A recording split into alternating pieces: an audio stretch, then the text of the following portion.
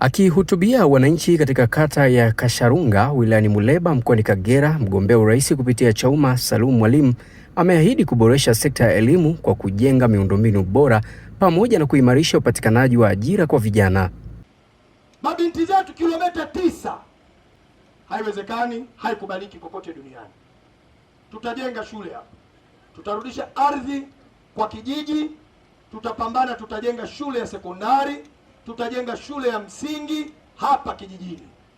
Tulinde watoto wetu. La pili, nimewaambia sitocheza na ardhi yenu hii. Hapa tutatengeneza mamilionea hapa. Matajiri wa mpunga watatoka hapa, nawaambia. Ardhi hii inatakiwa ipigishwe mzigo. Watu waondokane na utajiri. Leo ardhi tunaichekea chekea tu hii. Nawaambia sitocheza na ardhi ya nchi hii. Tutalima. Nawaambia vijana wenzangu, tutalima.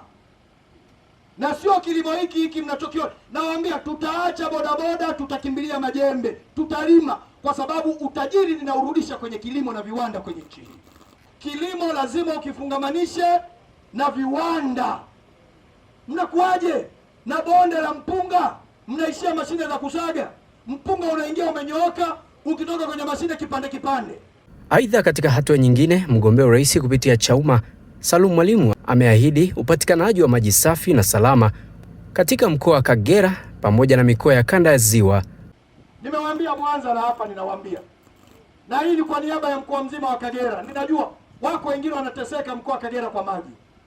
Lakini kama Ziwa Victoria Mwenyezi Mungu ametujalia, watu wa Kagera, watu wa Mwanza, watu wa Geita, watu wa Musoma, ninawaambia mikoa inayozunguka kanda ya Ziwa, niko tayari kununua ugomvi na mtu yoyote ndani na nje ya nchi kwa matumizi ya maji hayo, kutuletea maji safi na salama ya kunywa.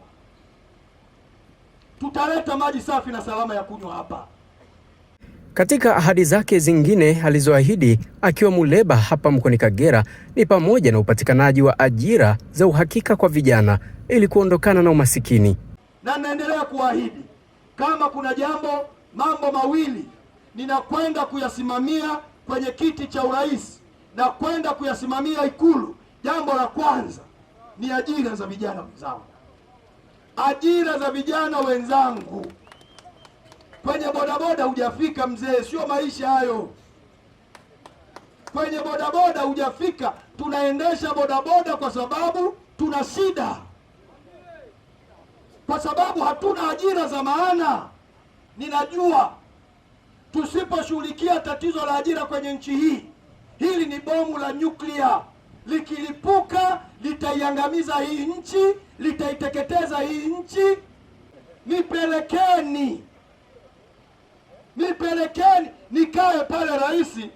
Kutoka hapa Muleba mkoani Kagera, katika kampeni za mgombea urais kupitia chama cha ukombozi wa umma Chauma, mimi ni Marcel Lazaro na hii ni Clouds TV.